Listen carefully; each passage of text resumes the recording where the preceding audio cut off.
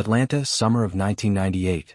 The air was thick with heat that clung to the skin like an extra layer, and the streets hummed with the low murmur of traffic mixed with the occasional siren echoing across the blocks. Inside my modest apartment, the fan rattled uselessly against the heat, and I sat at the kitchen table staring at the letter that had just arrived from the attorney's office. The paper looked ordinary, the kind of yellow-white legal stationery you could pick up at any corner store, but to me it felt like a verdict. I unfolded it carefully, my hands trembling more than I wanted to admit. It said, in the flat language of legal documents, that my parents had finalized their will. Everything, our family home, the small savings account they had worked decades to build, the antique furniture my grandmother carried up from Alabama when she moved north, even the patch of land outside Macon, was left to my sister, Patricia. There wasn't a single line mentioning my name, not even a token gesture, not even one of those symbolic, $1 inheritances people sometimes add to show they hadn't simply forgotten. I was erased. For a long while I just stared at the words, trying to understand how the two people who had raised me could make such a choice. My mother's face floated before me, her wide smile when she used to hum gospel songs while frying chicken on Sundays, her calloused hands that smelled faintly of cornmeal and soap. My father's heavy footsteps on the porch when he came back from his shift at the rail yard, his deep voice filling the house as he asked for the evening news. I thought about all the years of loyalty, of being their son, of carrying their groceries when I was a boy, of shoveling snow off their driveway in the winters, of showing up to every church service by their side. How could all that end in silence, in absence, in this deliberate exclusion? My first instinct was to crumple the paper and toss it, but my hand wouldn't obey. Instead, I laid it flat on the table and leaned over it, my head heavy. Patricia was the younger one, the golden child.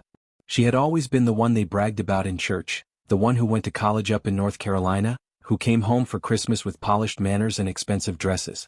She was the one my mother called her blessing, while I, the older son, was expected to hold the family steady like a mule harnessed to a plow. I worked 2 jobs through my 20s, driving delivery trucks by day and stocking shelves at night, so Patricia could have tuition money. Nobody asked me if I could afford the sacrifices, and nobody thanked me when I made them. That had simply been my duty, or so everyone believed. And yet, despite everything, I never thought they would cut me out completely. The weight of that betrayal pressed on my chest until I had to step outside just to breathe.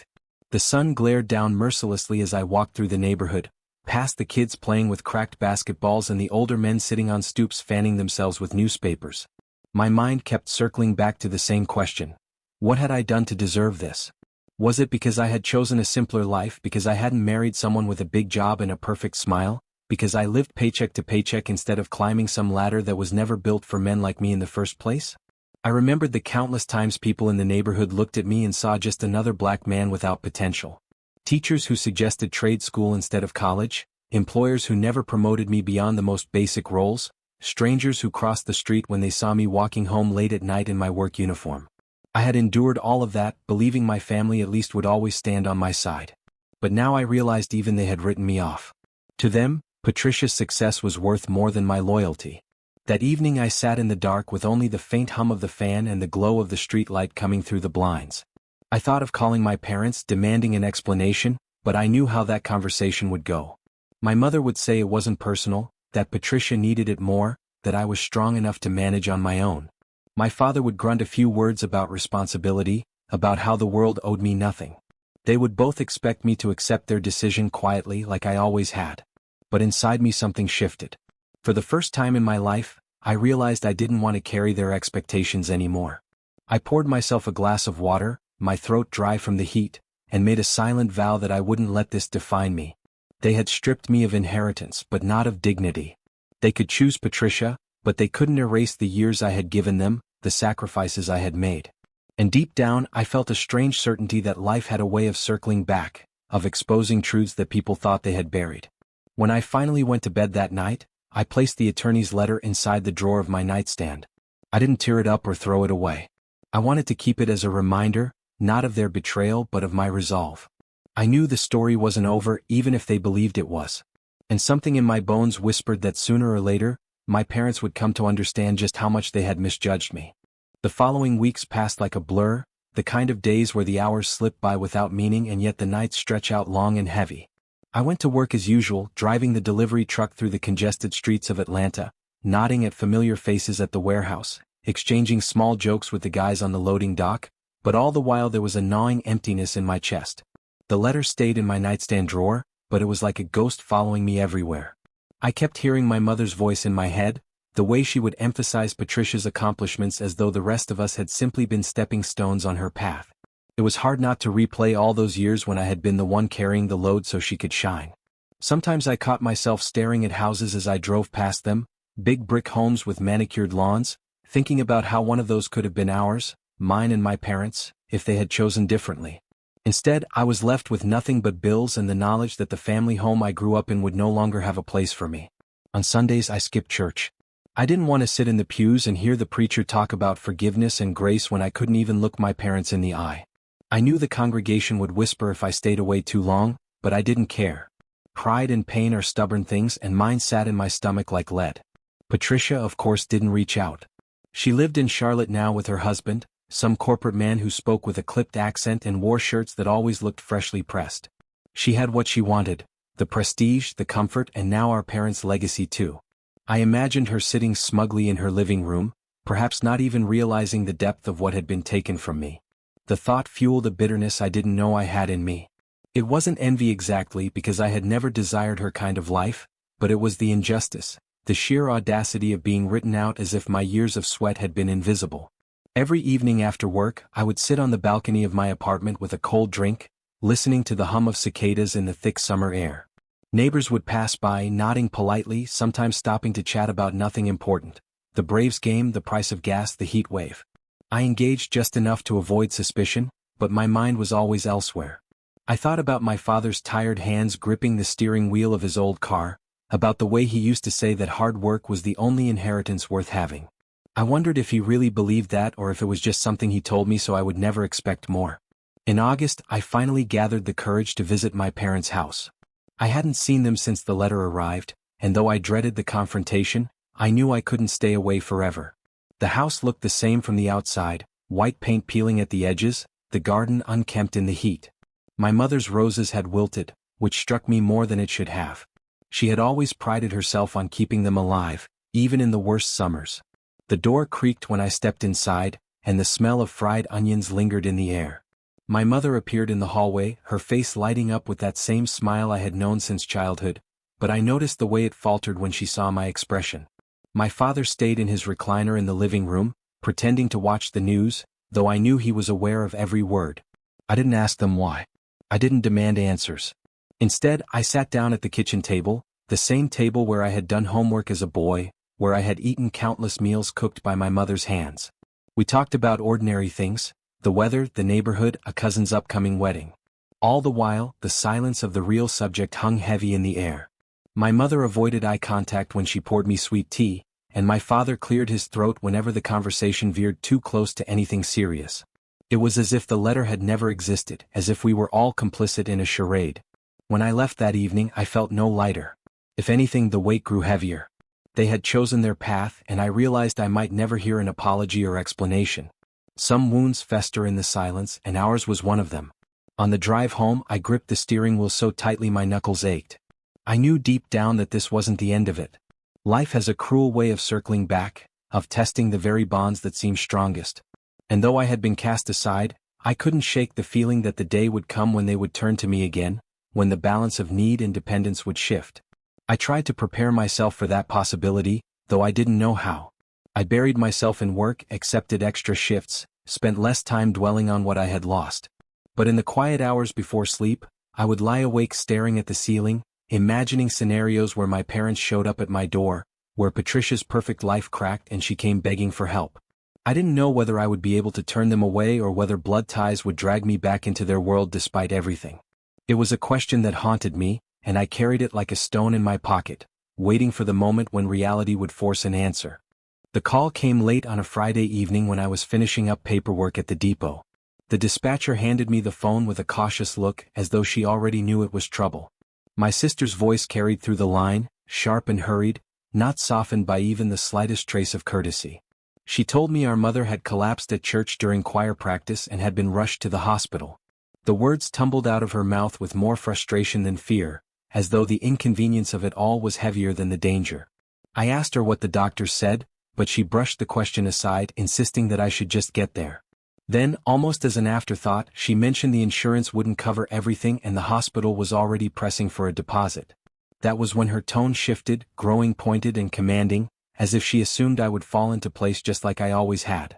I hung up the phone with a heaviness in my chest that was half worry and half resignation. I knew what awaited me, the inevitable moment when I would be expected to step into the role they had carved out for me all my life. Still, there was no question I would go. The drive to the hospital felt longer than it was, headlights slicing through the humid night air, the city lights blurring in the distance. My thoughts raced between anger and fear. I pictured my mother's face, pale and frail, then imagined Patricia pacing the hallway with her expensive purse slung over her shoulder, scowling at the inconvenience. The hospital lobby was buzzing with late-night activity, nurses hurrying down corridors, the beeping of machines echoing faintly in the background. I found Patricia standing by the vending machines, arms crossed, tapping her manicured nails against her phone. She barely glanced at me before pointing toward the elevator. On the ride up she finally said something meaningful. The doctors were running tests, but they needed immediate payment for certain procedures if our mother was to receive the care she needed. Patricia's voice was steady, but her eyes slid away from mine, betraying the discomfort she tried to mask. She admitted she couldn't afford it, that her husband had told her not to drain their savings, that the responsibility naturally fell to me. For a moment I wanted to laugh, not because it was funny, but because the absurdity of it all hit me so hard it almost stole my breath. Here was the same sister who had inherited everything, who lived in a fine house in Charlotte, who carried handbags worth more than my monthly rent, standing in a hospital hallway and telling me that I had to save the very people who had chosen her over me. Yet as the words swirled in my head, I felt another current rising beneath the bitterness, a stubborn sense of duty that had been ingrained in me since childhood. When I stepped into the hospital room, I saw my mother lying on the bed, her skin pale against the white sheets, her breath shallow but steady. My father sat beside her, his head bowed, shoulders hunched in a way I had never seen before. He looked older than I remembered, as though the years had finally caught up all at once. For a long moment I simply stood there, caught between resentment and compassion. I thought of the nights I had worked double shifts to cover their bills, the birthdays I had missed to take extra routes, the countless sacrifices that had been quietly erased when they signed their estate papers. And yet, seeing them so vulnerable, I couldn't bring myself to walk away. I spoke little. Instead, I listened to the doctor explain the situation, the costs, the urgency. I nodded at the right moments, signed where I needed to sign, and arranged for the payments. Patricia lingered in the hallway, avoiding the paperwork, her eyes darting to the clock as though she had somewhere better to be. It didn't surprise me. She had always been good at stepping aside when responsibility came knocking. That night, as I sat by my mother's bedside, I realized how complicated love and loyalty truly were. Anger coursed through me like a current, reminding me of every slight, every time my worth had been diminished. Yet another part of me, quieter but stronger, could not abandon her. It was as though the years of neglect and favoritism mattered less in the face of fragile mortality. I hated that I still cared, but I did. Hours passed slowly, the rhythm of the monitors filling the silence. My father finally looked up, his eyes meeting mine for the first time in months. He whispered a thank you, his voice rough, but the words hung in the air like dust, insubstantial and too late. I didn't answer. Instead, I leaned back in the stiff hospital chair, staring at the ceiling tiles, wondering how it had come to this, how the child who had been left with nothing was now the only lifeline. By the time dawn broke, the weight of my decision pressed down harder than ever. I knew that by stepping in, I had opened a door that could never fully be closed again. They would come to me now not just for help, but for absolution, for the comfort of knowing I had forgiven them without them ever having to say the words. And that realization stung worse than the financial burden. It meant that once again my role had been defined by their needs, not my own. Still, when the nurse came in and asked who was staying with my mother that morning, I didn't hesitate. I said I would. Patricia was already gathering her things, relief etched on her face as she prepared to leave. My father leaned back in the chair, exhausted, grateful for the reprieve. And me, I settled into the long vigil, knowing that this was only the beginning of a deeper struggle, the battle within myself between the desire to forgive and the urge to demand accountability. The days that followed blurred into a strange rhythm of hospital visits, long drives back and forth, and endless paperwork that seemed to multiply on its own. My mother remained in the intensive ward for nearly a week, her condition fluctuating between moments of fragile stability and sudden dips that left us all holding our breath.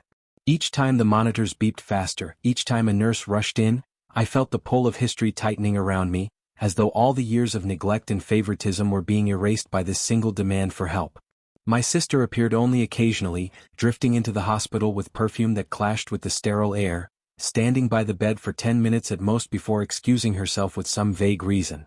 She brought flowers once, set them on the windowsill, and then returned to her world of brunches and shopping. It was obvious she felt no responsibility. She had always expected someone else to carry the burden, and now, as before, it was me. My father spent his days in the waiting room, restless and uneasy. He was a man who had always prided himself on being strong, stern, unyielding, but in the hospital he seemed smaller, his posture bent, his hands trembling slightly as he held cheap coffee cups he never finished. He would look at me sometimes as though trying to form the words he had swallowed for decades, but the silence between us stretched longer each day. There was no apology, no recognition of the years I had been overlooked, just a quiet expectation that I would continue to fill the role of rescuer. At night, when I returned to my apartment, the exhaustion settled deep into my bones. I lay awake staring at the ceiling, thinking of the irony that I had become their last hope despite being cast aside. I thought of the will, the moment I had discovered that everything, every bit of property, every savings account, every family heirloom, had been placed in Patricia's name. I remembered the sting of that betrayal, the cold way they had justified it by saying she was more responsible, more suited to carry the family legacy. And now, only a month later, they leaned on me to save them from a crisis money alone could not fix.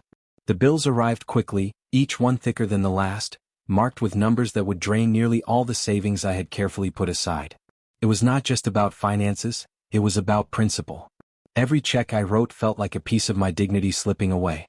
Yet I couldn't ignore the image of my mother's fragile form on that hospital bed. Compassion battled resentment inside me, leaving me hollow. There was no one to talk to about it. Friends at work noticed my fatigue but didn't pry. I carried the weight alone just as I always had. One evening, after a long day at the hospital, I returned to find Patricia waiting in front of my building.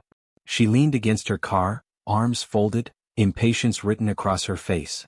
She told me bluntly that I should continue covering the bills because it was the right thing to do, because I was better with responsibility. Her words were sharp, dismissive, as though this was simply my duty. I didn't answer her then. I didn't trust my voice not to break into anger, not to unleash the years of bitterness I kept buried. I walked past her without a word, leaving her standing in the glow of the streetlight. Inside, I shook with fury, but also with the sobering realization that my sister would never change.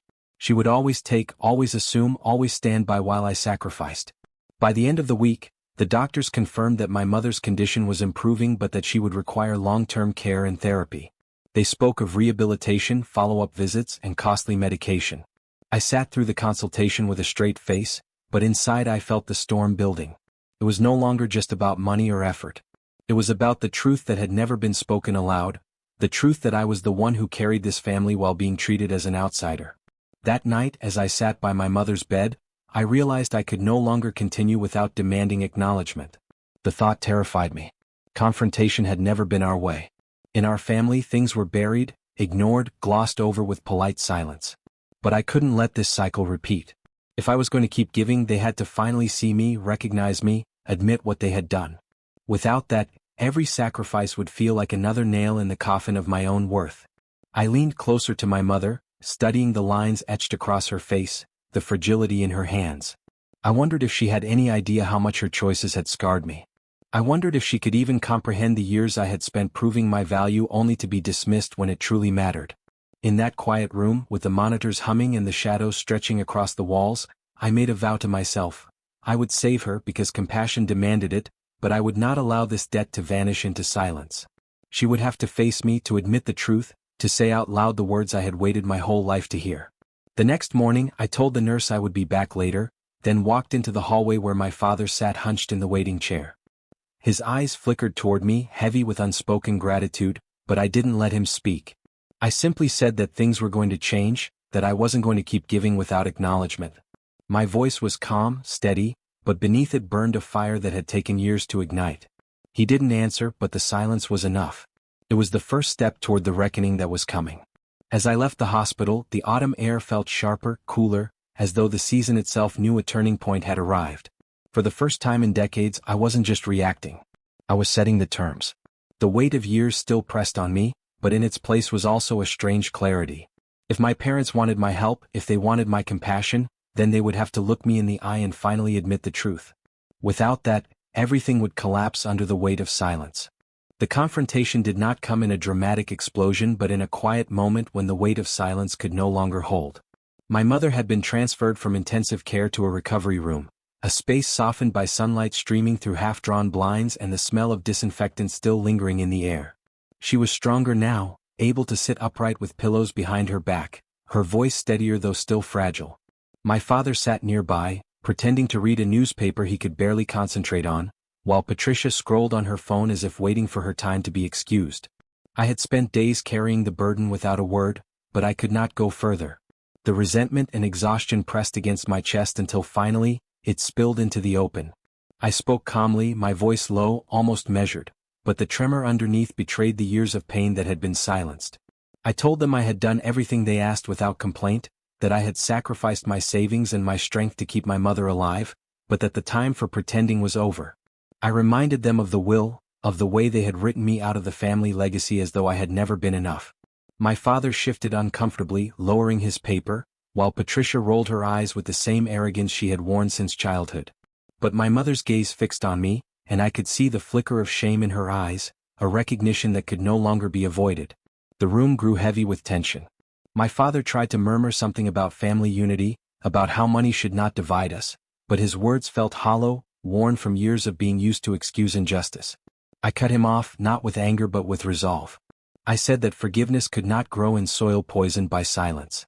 If they wanted my help, if they wanted me to stand with them now and in the future, then they had to admit the truth. They had to acknowledge what they had done and the pain it had caused. Without that, I would remain a caretaker in action but not in heart. For a long moment, my mother said nothing, and I feared she would retreat into denial, the same way she had always done when Patricia was favored. But then her lips trembled and tears welled in her tired eyes. She reached for my hand, her grip weak but insistent, and whispered that she had been wrong.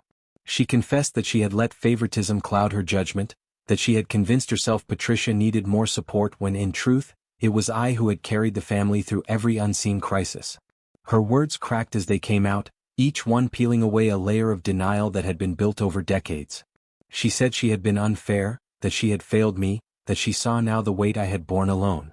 Those words did not erase the past, but they landed with the force of something sacred. My chest loosened as though a long-locked door had finally been opened. I saw my father's face harden, pride wrestling with shame, but even he could not deny the truth now spoken aloud. Patricia, meanwhile, stiffened in her chair, her phone lowering as she realized the center of gravity had shifted. For the first time, she was not the favored child, not the untouchable heir. She was the outsider, watching as the family she had claimed as her own rebalanced around honesty and acknowledgement. Tears slid down my mother's cheeks, and I let her hold my hand longer than I thought I would. I told her I would continue to help, that I would not abandon her in her time of need, but that things would not return to how they had been. From now on, I would not carry the burden in silence. My worth had been proven and it would be respected. I saw relief in her expression, a fragile peace settling where denial had once lived. For the first time, I felt not just like the caretaker but like the son whose value was finally recognized. Patricia left the room soon after, her steps quick, her face a mask of frustration. She would not change. Her world had always revolved around herself, and she had no interest in acknowledging anyone else's sacrifices. But her absence only confirmed the truth. She would remain alone in her selfishness, while I, despite everything, had reclaimed something deeper than inheritance. I had reclaimed dignity. As the days passed and my mother grew stronger, I found myself visiting not out of obligation but out of choice. The resentment still lingered like a scar that would never fully fade, but it no longer consumed me. I had demanded acknowledgement and I had received it. That truth gave me strength, a foundation to stand on as I moved forward. My father remained distant, unable to put pride aside, but even his silence no longer defined me. I had faced the storm and emerged not empty but whole. When my mother was finally discharged, the air outside the hospital felt different, lighter. I walked beside her slowly, supporting her steps, and for once I did not feel invisible. She looked at me with gratitude that went beyond words, gratitude laced with remorse but also with love finally freed of its conditions. That was enough. I knew the story would not have the perfect ending, but life rarely did.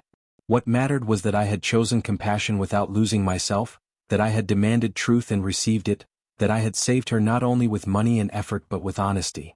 And so, the chapter closed not with a grand reconciliation but with something quieter, something more lasting.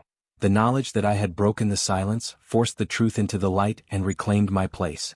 Patricia could keep her inheritance, her houses, her handbags.